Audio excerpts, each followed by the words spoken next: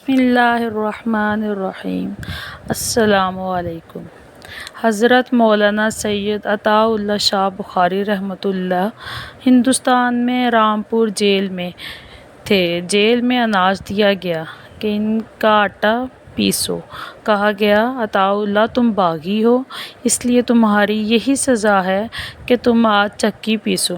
عطا اللہ شاہ بخاری رحمۃ اللہ علیہ فرماتے ہیں کہ مجھے مزہ آیا، میں نے رومال اتار کر رکھ دیا، وضو کر کے بسم اللہ پڑھ کے میں نے چکی بھی پیسنی شروع کر دی اور ساتھ میں سورہ یاسین کی تلاوت بھی شروع کر دی۔ عطا اللہ شاہ بخاری رحمۃ اللہ علیہ فرماتے ہیں کہ جب میں نے قرآن کو آواز کے ساتھ پڑھنا شروع کیا تو اس وقت جیل کا سپرنٹینڈنٹ قریب تھا۔ وہ نکل کر آیا اور قریب آ کر روتا ہوا کھڑا ہو گیا اور جیل کا دروازہ کھلوا دیا۔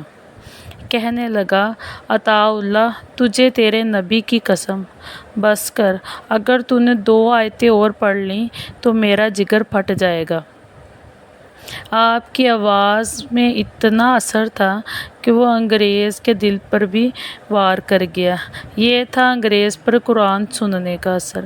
اللہ حضرت مولانا سید عطا اللہ شاہ بخاری کی قبر کو نور سے منور فرمائے، آمین، اور اللہ تعالی ہمیں بھی ہدایت عطا فرمائے، آمین۔